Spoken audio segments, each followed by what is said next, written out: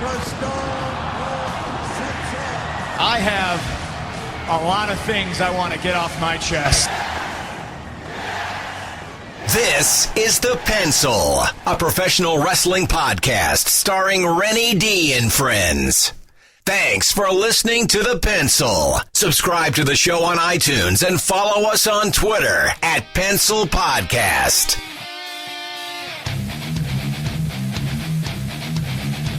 Welcome inside another great episode of The Pencil, the professional wrestling podcast. We are fresh off Survivor Series 2014, which saw the WWE debut of the icon, Sting. The internet has been running wild since the debut, comments of positivity and negativity alike. On today's show, we welcome in Pro Wrestling Report's host, David Herro, who is live in St. Louis, Missouri for the big Survivor Series Pay-Per-View. We're going to ask David what his thoughts are on the debut of Sting and what impact he might have on the WWE moving forward. On last night's Monday Night Raw, we also saw the return of the Yes Movement when Daniel Bryan returned for 1 week only, so we think, to host Monday Night Raw.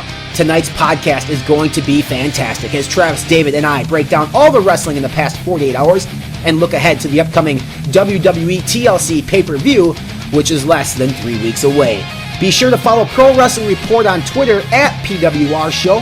Follow David Herro on Twitter at David Herro with 2 R's. And check out their 2 upcoming independent wrestling events. Tomorrow, November 26th, Great Lakes Championship Wrestling brings you Thanksgiving Eve Turkey Slamboree at the Circle B Recreation Center in Cedarburg, Wisconsin at 8 p.m. And then they will return with their big event, Blizzard Brawl 10, on Saturday, December 6th at 7 p.m. at the Waukesha County Expo Center in Waukesha, Wisconsin.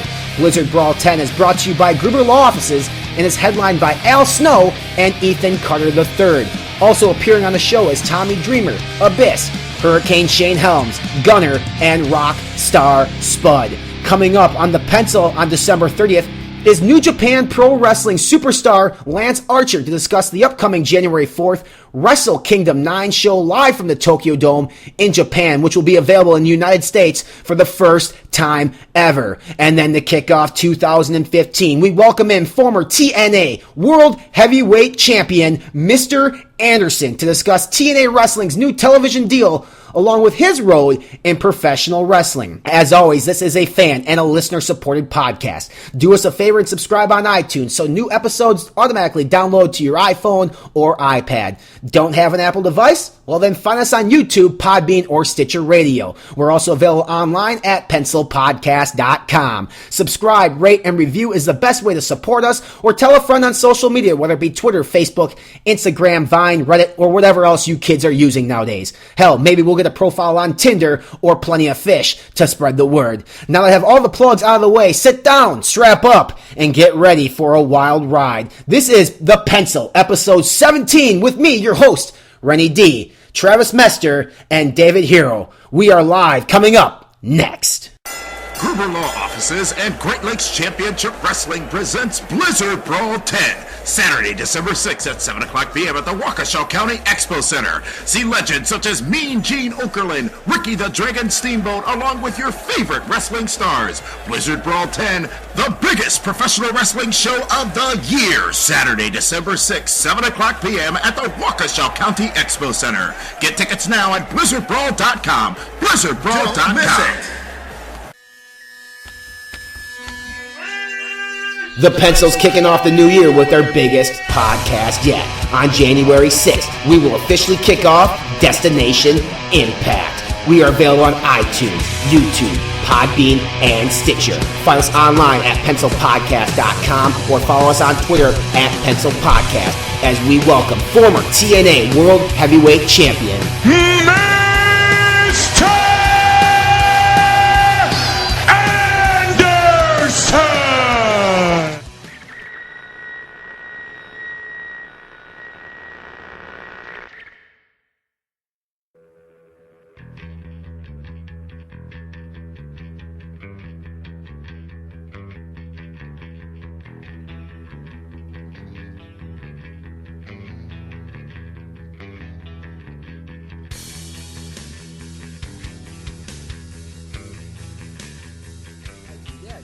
thank you so much for joining us. The biggest question, I guess, a big question that we have going into, obviously, we can talk about Sting, we can talk about Daniel Bryan. Let's touch on real-life subject real quick here before we hop into the hot topics of pro wrestling. Obviously, Survivor Series is in St. Louis. You're flying from Milwaukee. You get off the plane. You know everything that's going on in real life, and we're not going to get into political things because that's not what we're here for. But the atmosphere in St. Louis with the big Ferguson decision going on, could you tell, was there a difference in the city when you got off the plane and started kind of walking around the city for the show? When we hopped on the shuttle to the rental car place, you could see all the National Guard trucks and Jeeps and cars everywhere. And Friday, Damien and I were talking about it, and I said, man, if they're going to have this decision on Saturday, I don't even think I want to go. I'd rather just say forget it. So we waited, and then we found out that they weren't going to do anything until maybe Sunday, and then Monday came up. I'm like, well, if it's Monday, it'll be fine, because the last thing I want to do is get stuck down there and a whole bunch of nonsense, and especially if I don't need to be there. So, St. Louis is about half an hour from Ferguson, and everyone was, they were aware, and people were, they were all preparing themselves, and St. Louis was shutting a lot of events down throughout the weekend because they weren't too sure when that decision was going to come in. Yeah, and I saw that a couple of wrestling websites reached out to WWE, and their answer or response was a very typical, we have all the security measures in place. As a fan going to the show, did you feel completely safe at Survivor Series then, knowing that the decision wasn't going to come until probably Monday at that point or Tuesday? Yeah, absolutely. I mean, I knew our flight back to Milwaukee was at 8 o'clock in the morning. So I was pretty confident that nothing was going to happen before then. So it's just terrible because we drove through Ferguson, and it's a nice little community, and to see all the destruction and devastation that they went through last night is heartbreaking because a lot of those people there have nothing to do with it. Right. And it's just a shame, that once again our youth makes poor decisions. And, when Mike Brown's family is begging, saying, please don't react, don't do it. And yet, they do. And, I even commented on my Facebook page that watching these young people smiling and laughing and celebrating what they're doing, it's just sickening. And it doesn't help anyone or anything going forward. Right. Do you think if the decision had come out Saturday night and with the reaction that we saw last night in all the newscasts, Survivor Series still would have went on as planned? No, because St. Louis was prepared to shut down the Survivor Series. What do you think Vince would have done then at that point if that would have happened? As powerful as Vince McMahon is, he's not stronger than the state government of St. Louis. He was stronger than the federal government, right? In the steroid case. Yeah, but that was an indictment. That was jail time. But when you're concerned about 15 or 20,000 people's security, that's completely different. So, and they probably would have had to do it on Monday, in Indianapolis or somewhere else. I know that for me, I had breakfast with Road Dogg on Sunday morning before the pay-per-view, and it wasn't even a concern for them. They just knew that it was going to happen because of all the things that they had in place. Yeah, and it seems like they're used to this kind of thing too. Obviously, they were the first organized event to go on after September 11th. They I guess they take pride in themselves of being one of those events that people can go to and take their minds off of things. But obviously, the event did happen, and the big thing that everybody's talking about is the debut of Sting in a WWE ring, being there live in St. Louis and being a lifelong wrestling fan. How was that moment for you to be there live and experience that? For me, it was very cool. I'm a Sting fan. I don't think he's one of my top 15 guys of all time, just because he waited so long to get to the WWE. That's probably why. The crowd reaction was fantastic.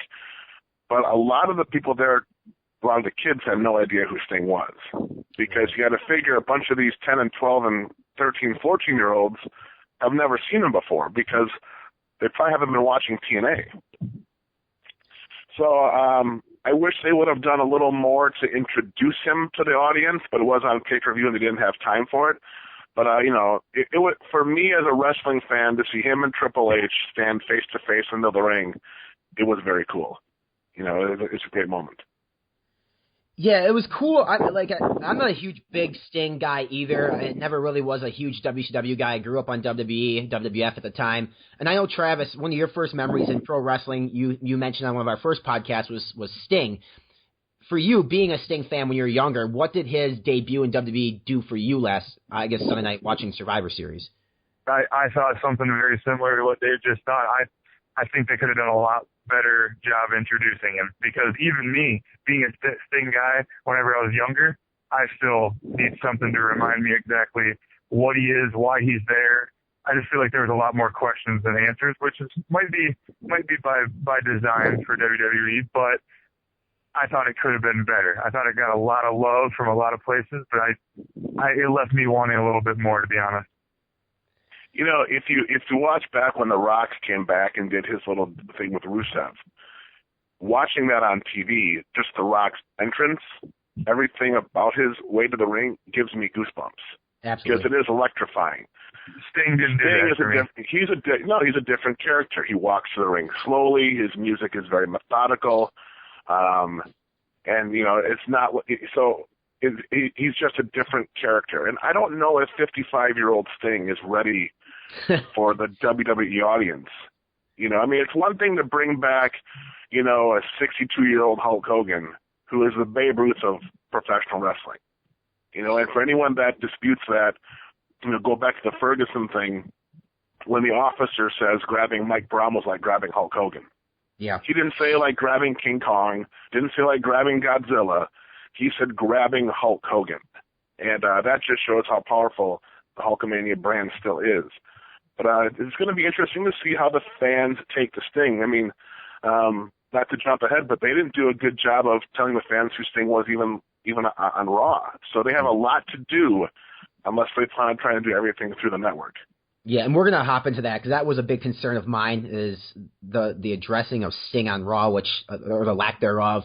One thing on Sting's debut is the immediate impact he's going to have on the WWE and the WWE moving forward.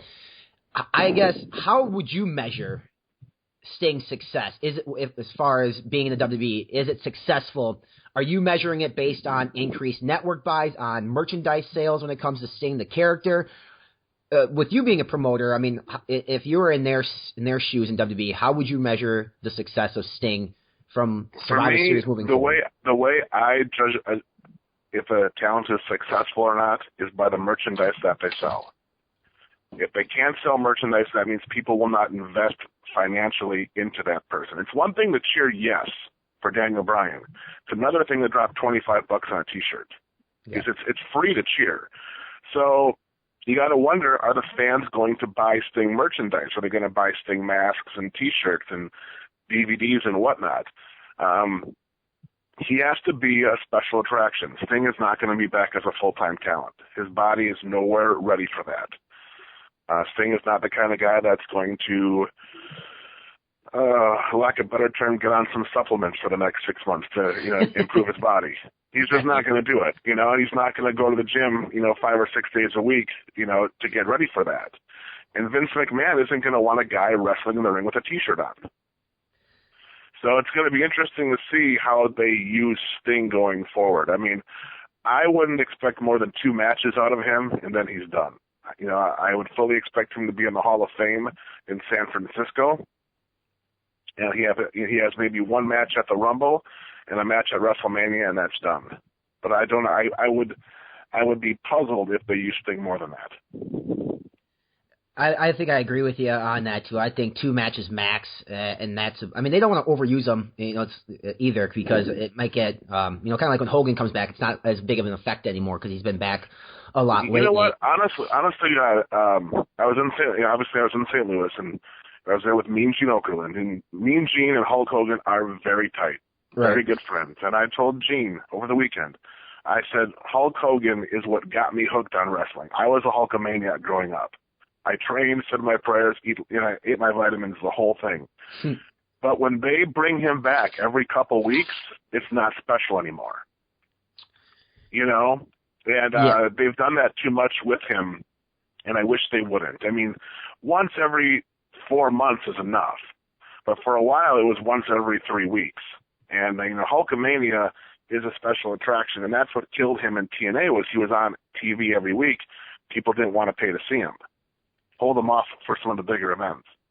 Yeah, Travis alluded to that, I believe it was last week or a week before. The same exact thing as far as Hogan's great. He's awesome to have on your brand and on your, in store merchandise shelves, but when he's on TV every other week, it definitely takes away from the special factor of that. And I guess one thing, when we talk about Sting, we can talk about merchandise sales. Obviously, I agree with you. I think that it's one really big way to measure the success of Sting.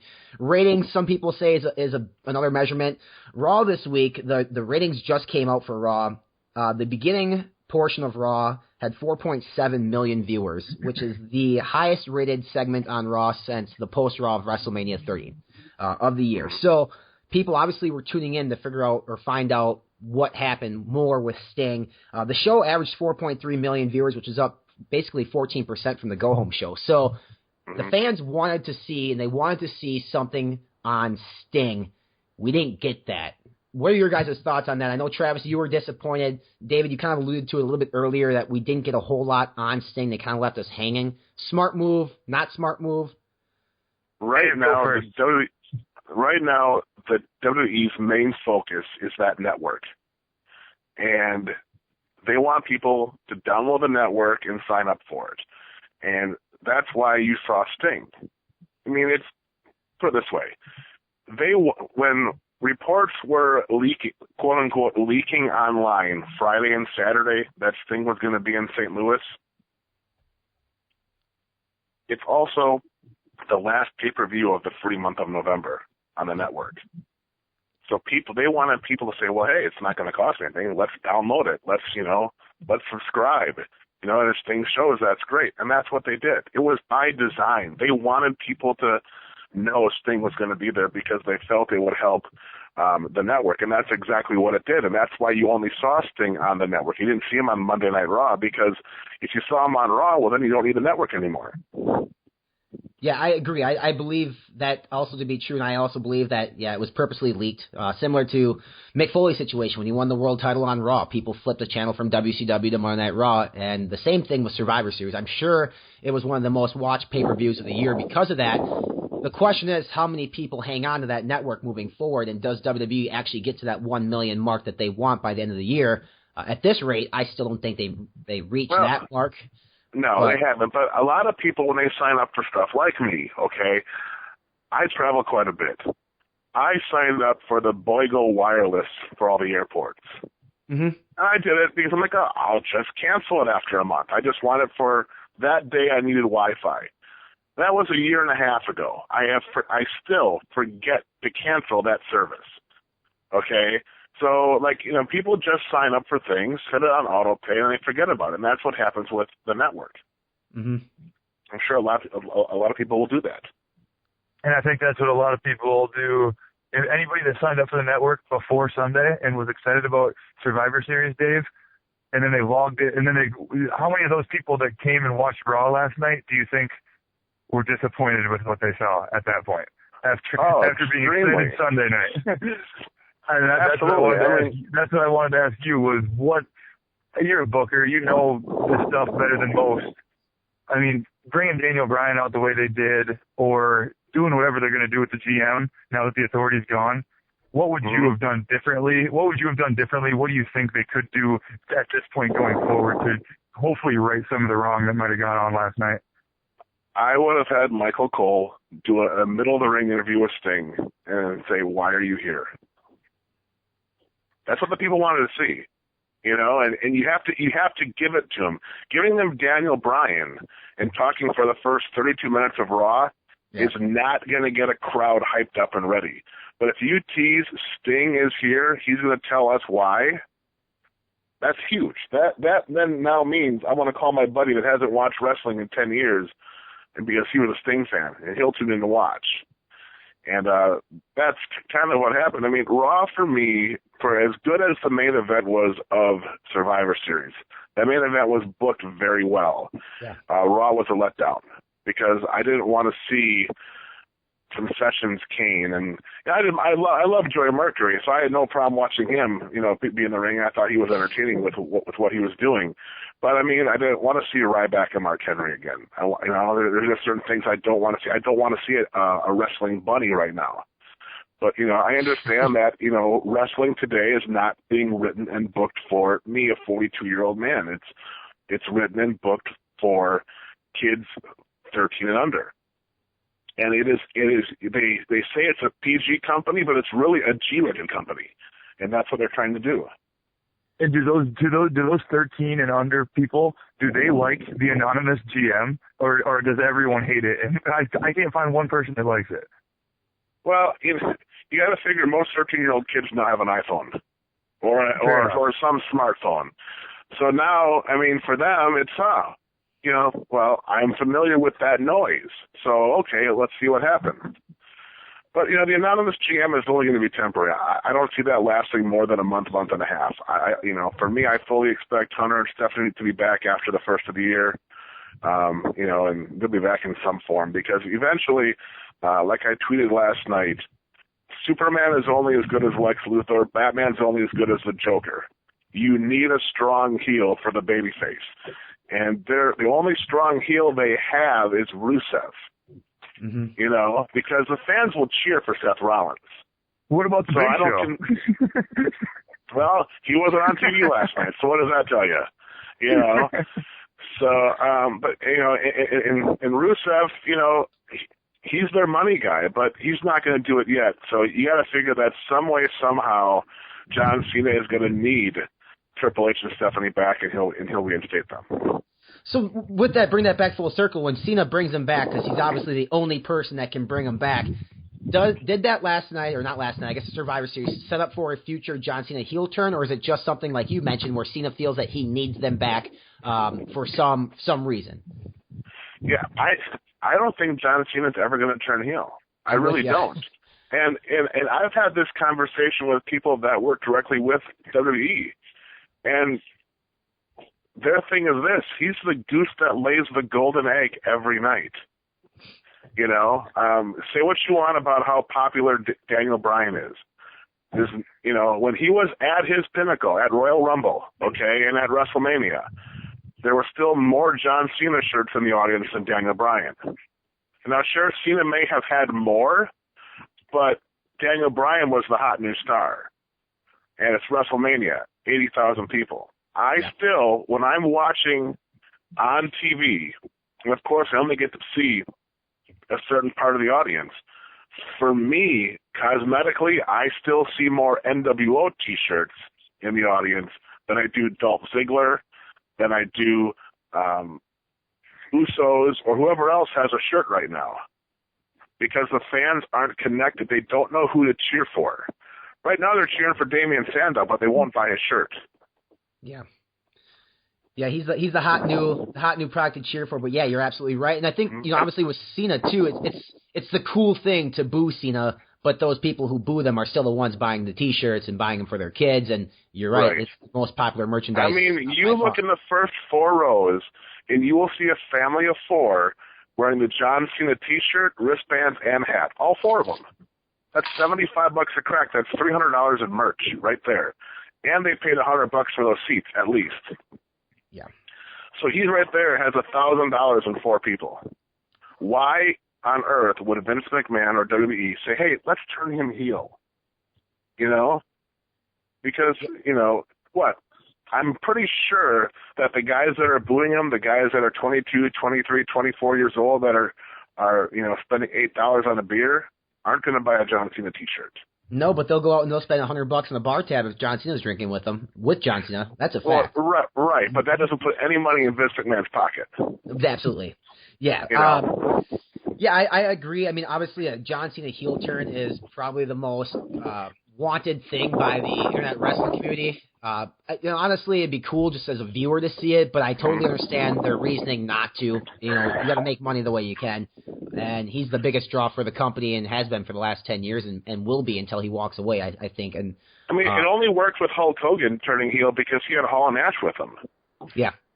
And when they turned Hogan heel, they had strong baby faces in Sting, Savage, and Lex Luger to work with.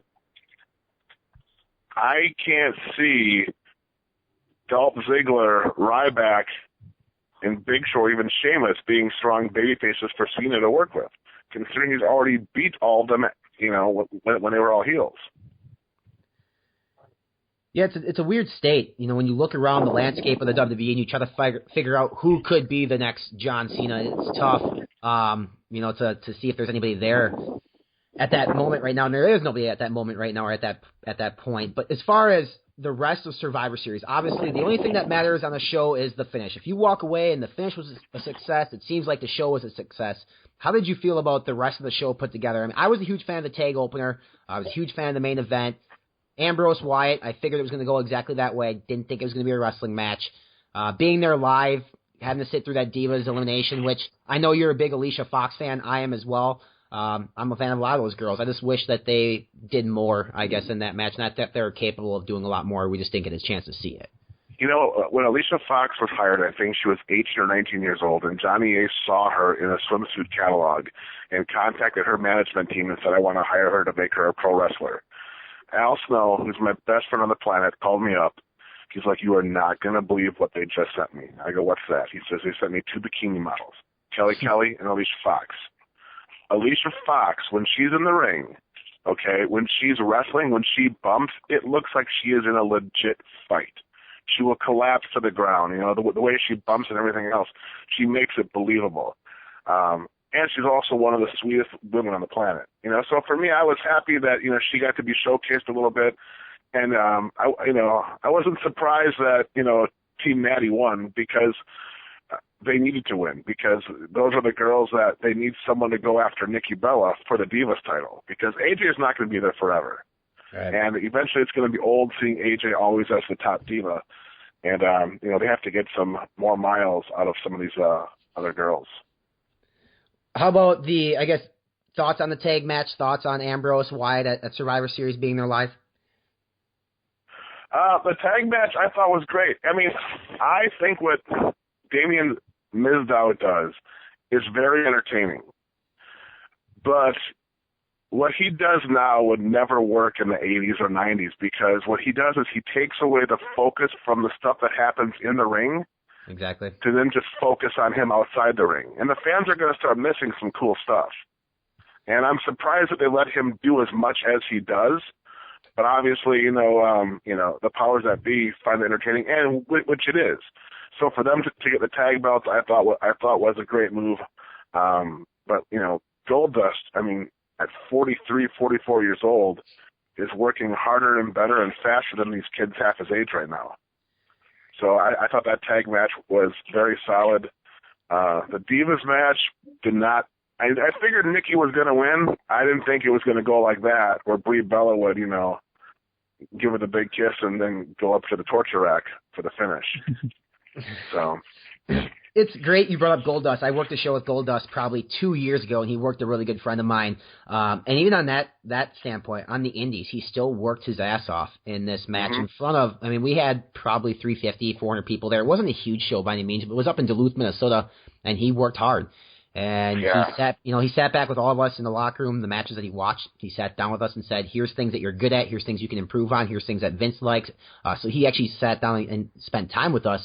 And then to see him on TV over the last year and a half or whatever it's been now since he's been back, it's absolutely amazing. He's wrestling like he's in his mid-20s, early 30s again. He's just out there. He's working better than the majority of the roster, and it seems like he is giving more to it than the majority of the roster as well. And I just hope that rubs off on some of the other people, because he's awesome. He is one of their best workers on the roster, and I hope when his time is done, if he has the blowout match with Cody at Wrestle Mania or whatever it's going to be, I hope he sticks around as an agent or something, maybe to help some of these young guys out too, because he's just... Oh, he absolutely will. He will. He's helped Cody mature into a star. He's helped him develop. And by having him work with the Usos and Los Matadors and all these other tag teams, it's been good for business to help these other kids learn some in-ring psychology. Because they all know how to flip. They all know how to jump. They all know how to do these high spots. But they don't all know how to tell a story. And, Dustin Rhodes, the son of a plumber, he knows psychology. He's been around for a long time, and he's a brilliant in-ring performer. On the subject of tag team wrestling, why do you think WWE doesn't focus on it as much as, say, TNA Tag Wrestling division has been awesome in the last couple months, and Travis watches TNA way more than I do. But the tag wrestling with the Wolves, with the Dudleys, with the Hardys, there it seems like there's an established tag team division, and it's probably because of the veteran presence in the tag team division. What can or what will do you think WWE do to make more emphasis on the tag straps? Well, I think they already have 5 or 6 solid tag teams. I mean, you have the Usos, Matadors, Goldust and Stardust, Mizdow. I think there's, I'm pretty confident that the Ascension is on their way up, and they're going to have one more. So they're going to have, 6 or 7 solid tag teams. I mean, the reason why TNA is so good at it is because they have the Hardys and the Dudleys and the Wolves. And the Hardys and Dudleys helped elevate the Wolves to become stars on their last set of TV tapings. And then once in a while you can mix in Austin Aries with Bobby Roode, and, it's just a great combination. But, TNA, it's a different animal. They try to give the fans something different, which they do for the most part. But I think WWE, for the most part, has a good young crop of tag teams that will eventually be better than what they've had in a long time. And, I think that when you have guys like the Ascension coming up, and Goldust and Stardust and Matadors and Usos, you can create magic like you did with the Hardys versus Edge and Christian. Yeah, I think they have to bring up the Ascension, too, just because the way I see it is Mizdow and Miz obviously are not going to be a tag team for a long time. They're going to break them up, I would think, with the jealousy issue with the Miz. And I think Cody Rhodes and Goldust are eventually going to get broken up, too, if they want to go the route of having that blow-off match. Cody has never been more relevant than he has been a Stardust. So I don't think Cody would want that right now. I do like the character. At first, I was kind of confused by it, but I get it. They can't play the Goldust role from 10 years ago. It's not going to get by on TV nowadays. They won't let it happen. But I just don't feel that the WWE is putting a lot of emphasis on the tag team. And to me, I broke into the wrestling business in a tag team. It was my bread and butter, and I love it. I love tag wrestling. You can do so much more, and plus you still get a breather if you need to tag out. But I just wish I'd see a little bit more emphasis on the tag division. TLC is less than 3 weeks away, which is, you get 2 more Raws and 3 SmackDowns until TLC pay-per-view. What do you guys think they're going to do with the tag team titles moving forward? Is it going to be a rematch at TLC? Oh, yeah. There'll be it'll be some type of gimmick match, obviously. But you got to figure that Mizdow is going to retain. I think that they're going to keep the belts all the way through the Rumble. Talk about your point about emphasis on the tag team wrestling. They started the show. The opening match is always supposed to get the crowd up and ready. Mm-hmm. So obviously that creative and whatnot was confident enough that those 4 teams could do that. Yeah, and I actually picked that match to be the best match of the night outside the main event. I thought it was going to be going in. All the workers, all 8 workers in that match are pretty good, and they, like I said, on my standpoint, it was a great opening bout to the show. Kind of slowed down, I guess, after that, but with TLC being so short as far as time-wise between Survivor Series and TLC, and the way they utilized Raw last night, which, in my opinion, they didn't do a whole lot of anything, what needs to happen in the next 2.5 weeks now to set up a card for TLC? It's going to be a throwaway pay-per-view. They don't have enough time to build anything. Right now, they're going into full Wrestle Mania mode because Royal Rumble is that much more important for them. TLC has never been a strong pay-per-view. They've never done anything special. The last time it meant anything to me was when Sheamus beat John Cena for the championship that one year in the tables match. Right. But, they just don't have enough time. I mean, you're going to see a lot of the same stuff that we saw at Survivor Series at TLC. And they start promoting TLC with Ambrose and Wyatt by having them throw all the stuff in the ring at the Survivor Series. I was going to ask you that, Dave, because last night on Raw, they teased a Big Show Eric Rowan situation, whereas I believe Ryan was on the impression that after Cena getting knocked out by Big Show, that would be the thing that would make the most sense. Knowing that Cena's got that number 1 contendership right now, what do you see him doing at the next pay-per-view. If I would assume he's going to compete, but I don't think it's going to be against Lesnar until the Rumble, obviously. If it was going to be Lesnar, they would have promoted it by now because they pay him too much money. They're not going to just wait 2 weeks to promote it. I think we're going to see Lesnar versus Cena at the Rumble because that way it takes John Cena out of the Rumble match itself. And that gives an opportunity for somebody else to win. So if we see that, what does Cena do? Are we going to see Cena and Ziggler in a tag team match or something weird like that at TLC? Or is it kind of like the main event of Raw last night? Oh. Yeah, because you have to have something for Cena. He's the biggest star in the company, and you mentioned TLC being a throwaway pay-per-view, and I agree. I think they're going to treat it that way, but I think it's also a mistake because you gave the network away for free in November. You want people to buy it. You want people to buy it, maintain it for December. If you give them a crap pay-per-view, you figure people are going to buy the network and give it to families and friends as a Christmas present. I can see that, absolutely. You know what I mean? So they're probably banking on that. I mean, if I'm going to book TLC, I'm going to have Seth Rollins versus John Cena because that's what the fans still want to see because, you know, Cena didn't get Rollins last time, Ambrose did. So maybe he gets him this time. And where does that leave Orton? Because Orton's coming back to TV. You would think, unless they're going to keep Orton off until the Monday after TLC, which they definitely could given the time frame being so short.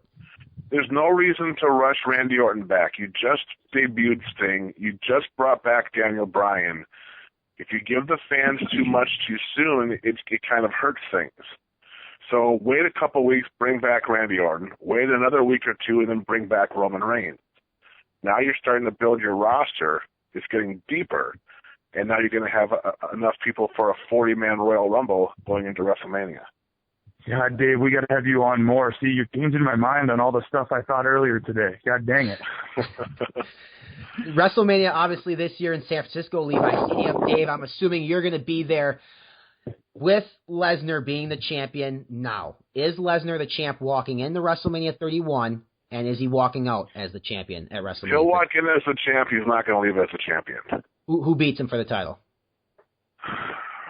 I hate to say it because everyone online keeps saying it, but I have to believe it's going to be Roman Reigns. Yeah, I mean, I don't think he's ready for it, especially with the injury now. It's going to be, and, you know, obviously with the contract situation with Lesnar, if he is leaning towards UFC or going back to UFC, I don't know, but if he's not going to re-sign with the WWE, then obviously they have to take the strap off of him. And, yeah, I mean, you have to do that Mania, I would think, or earlier, if nothing else. The problem with Roman Reigns is if he wouldn't have been hurt, he might have got enough seasoning and psychology to get ready for WrestleMania. But now he's been gone for 2.5 months. You're going to rush him back, jam him down the people's throats.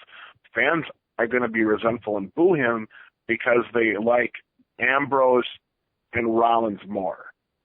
For me, when I first saw The Shield, out of the three of them, and I didn't know who as far as an in-ring performer because I didn't follow, you know, them on the indies and I didn't watch a whole lot of NXT.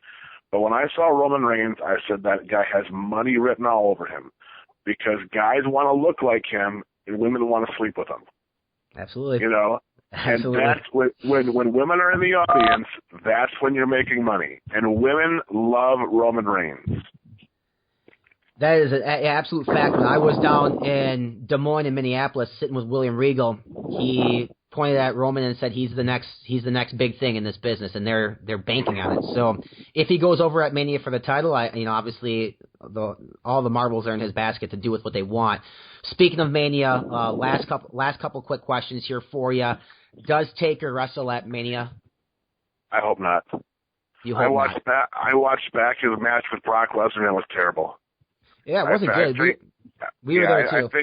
I think Taker just needs to be done. The streak is over. Go into the Hall of Fame, and that's it. He's an amazing performer. He's the phenom. He's awesome. But people complain. CM Punk complained about, hey, you bring back all these part timers. No one complains when Taker comes back. He takes somebody's spot at WrestleMania, one of the top paying matches on the card.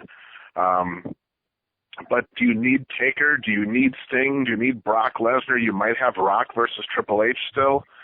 Do you need to bring back all of these guys? Or do you think that enough of your young talents like Reigns and Rusev and Rollins and Ambrose can be elevated enough to mean something?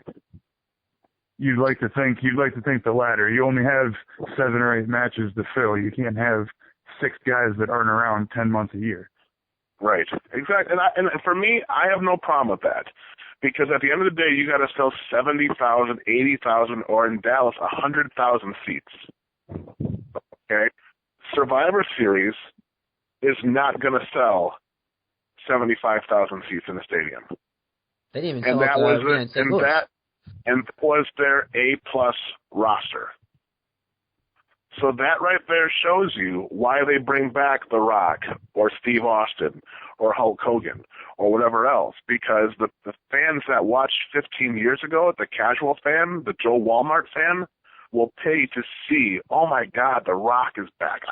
And now the kid that watched The Rock when he was 19 and 20 might have a kid that's 5 or 6 and say, oh, you think John Cena is great. The Rock would whoop his ass. We're going to watch WrestleMania and you can watch The Rock.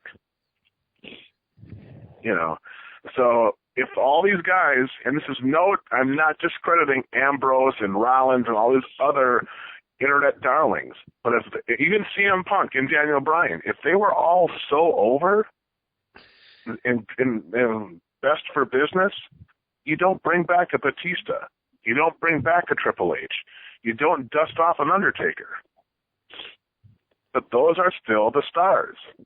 And that's the epitome of Triple H's promo last night, because last night's Raw and the next couple of weeks of Raw is going to do exactly what he said, and he's right. Mm-hmm. We're all going to be asking for Triple H back, and we're going to get him, of course, thank goodness, before we go to WrestleMania. Absolutely. So do you think it's going to be now with Sting? You mentioned you're thinking maybe 2 matches, one at the Rumble, one at WrestleMania. Is his WrestleMania match, if Triple H does in fact wrestle The Rock, which I think I would love to see it, just because it brings me back to my youth days in pro wrestling watching that. If that match happens, where does that leave Sting as far as who he would work at Mania? I don't know. It terrifies me because the only guy that can really carry Sting in a match right now is Triple H or The Rock. One of those 2 guys, because Sting physically can't do it. Yeah. He's just too beat up. He's not. Yeah, Cena could, but I don't know if Cena can do the ring psychology, because he does a lot of big power moves, okay? I don't know if that's what's best for Sting. I think Cena's going to be in a match with Rusev at WrestleMania. I think Rusev stays undefeated, causes a whole lot of havoc, and it's up to John Cena to take care of Rusev at Mania. So the exact same, pretty much the exact same storyline as Bray Wyatt last year? For Cena? Well, no, because the fans love Bray Wyatt. They boo Cena. The fans are going to cheer for Cena and boo Rusev. And Rusev will be undefeated, and I don't think Wyatt's won a match clean in a while. But you know what, though? Bray Wyatt doesn't have to win. Every night he comes out, the building goes dark, all those cell phones go up. He's over. That's why he never needed the belt. That's why they put the belt on Luke Harper, not Bray Wyatt. Luke Harper needs the help. He needs to be established. Oh, you know what? He's actually pretty good. You watch. They're going to try to make Eric Rowan and Luke Harper stars, and I think they can, because they're more than just big guys. They're actually pretty talented. Yeah, it's they both have unique looks, and I thought, I guess, with you being there live, when Luke Harper and Eric Rowan got in the ring at the same time, I couldn't really tell on my television if the pop was that loud. With you being there, was it more of a mediocre response from the crowd when those 2 got in the ring together? They never actually physically really went at each other, because I think somebody tagged out Luke Harper or Rowan right away. But when they actually got in the ring together, what was the reaction from the crowd, if you can remember? You know what? It was decent. I mean, the fans wanted to see them fight. And it's not often the fans want to see former tag team partners fight. But for some reason, they did in St. Louis.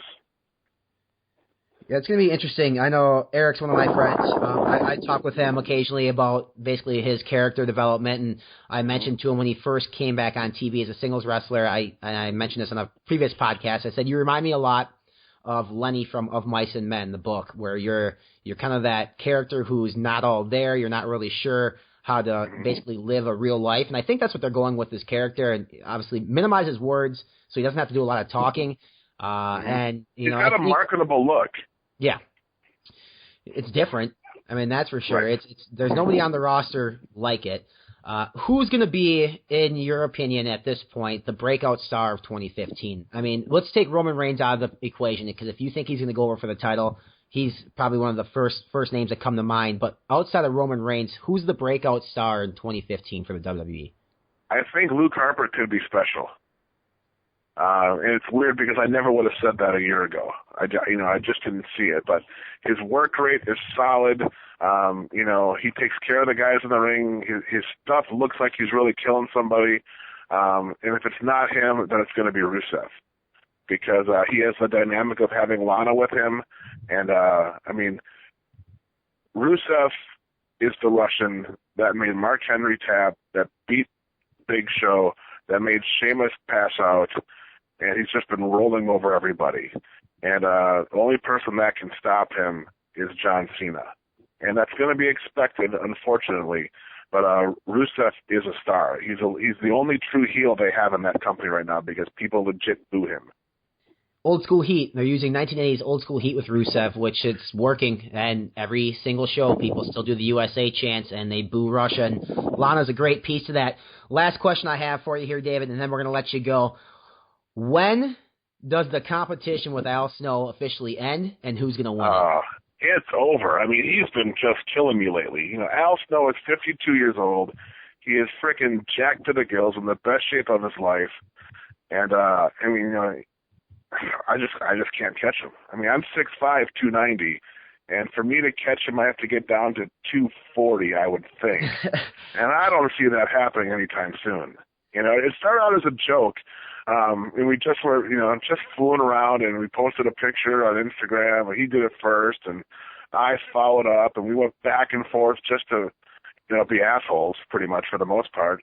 And the next thing you know, Quest Nutrition is entertained, and they're sending us Quest bars, and Cellucor is sending us supplements, and Snap Fitness is, hey, why don't you guys work out in our gyms? And I'm like, I'll be damned. Okay, you got a deal, So, for us, it's entertaining. I mean, it's funny that, it's hard to we've been doing this now for over a year. We've exhausted every douchebag gym selfie pose we can possibly do. And honest to God, we've almost hurt ourselves taking pictures, because we try to hold lift too heavy or hold the pose too long, whatever it is. And sometimes we take 30, 40 pictures to make sure we get the good lighting. And, it just motivates both of us to go to the gym at least 5 or 6 days a week, and to have fun and just try to get healthy and stay healthy. Yeah, I worked Al Snow a year and a half ago at Jerry Lynn's retirement show in a tag match, and he did not look like he does in some of those pictures now, and it's impressive. No, I mean, he did a transformation too. So you both are putting in hard work in the gym. I know you're putting hard work in for Great Lakes Championship Wrestling. You have a big event tomorrow, and then you have a big event on December the 10th, I believe, right, for Wrestle? No, it's Saturday, December 6th. It's Blizzard Brawl number 10. It's my favorite show of the year. And it's going to be big. We have Ricky the Dragon Steamboat.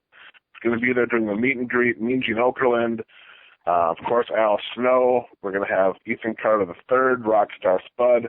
Have a hardcore match with Tommy Dreamer versus Abyss. The Bromans, Robbie E. and Jesse are going to be there. Shane Helms, Rosita, and it's just an amazing show. It's a fan friendly. It's a wrestling fan fest with wrestling matches thrown in. Tickets start as little as $10. There's more information at blizzardbrawl.com. And then tomorrow night is just the Thanksgiving Eve Turkey Rumble. We have the world's biggest midget meatball coming in. And it's just fun. It's just shenanigans. It's just having a good time, and that's all that it really is. I mean, I just like to entertain myself. That's why I do a lot of this stuff. Yeah, absolutely, dude. I'm probably going to stop out on December 6th to check that one out. It should be a good time. So, BlizzardBrawl.com. Obviously, everybody can follow David on Twitter. It's at David Herro with 2 R's. They can follow the show. It's at PWR Show on Twitter as well. Yes. Dude, thanks so much for coming on the show, and obviously it's great to hear your feedback on Survivor Series, and best of luck on the shows coming up. Awesome. Thanks, guys. Anytime. Big thanks to David Herro from Pro Wrestling Report for joining us on the podcast here today. Always great to have some perspective from somebody involved in the pro wrestling industry. Again, at David Herro on Twitter with 2 R's, at PWR Show on Twitter for their show, BlizzardBrawl.com for tickets.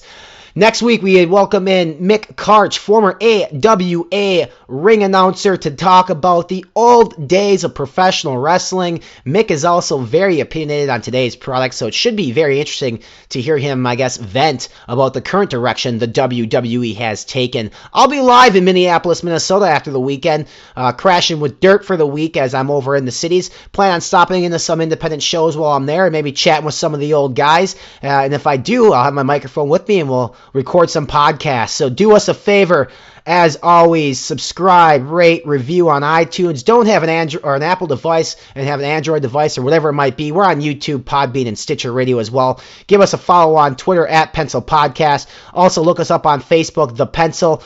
We post stuff on there regularly as well. Next week, we come at you live from Minneapolis, Minnesota, as we welcome in former AWA legend and guest commentator Mick Karch to the show. We talk about the golden days of professional wrestling. Mick is also very passionate and very opinionated on today's WWE and TNA product, so I'm sure we'll get some color comments from Mick about that. But we're also going to talk to Mick about the time he got offered Joey Styles' gig with ECW.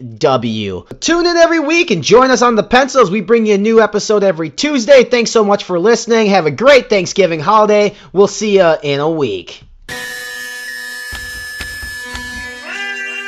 The Pencil's kicking off the new year with their biggest podcast yet. On January 6th, we will officially kick off Destination Impact. We are available on iTunes, YouTube, PodBean, and Stitcher. Find us online at pencilpodcast.com or follow us on Twitter at pencilpodcast as we welcome former TNA World Heavyweight Champion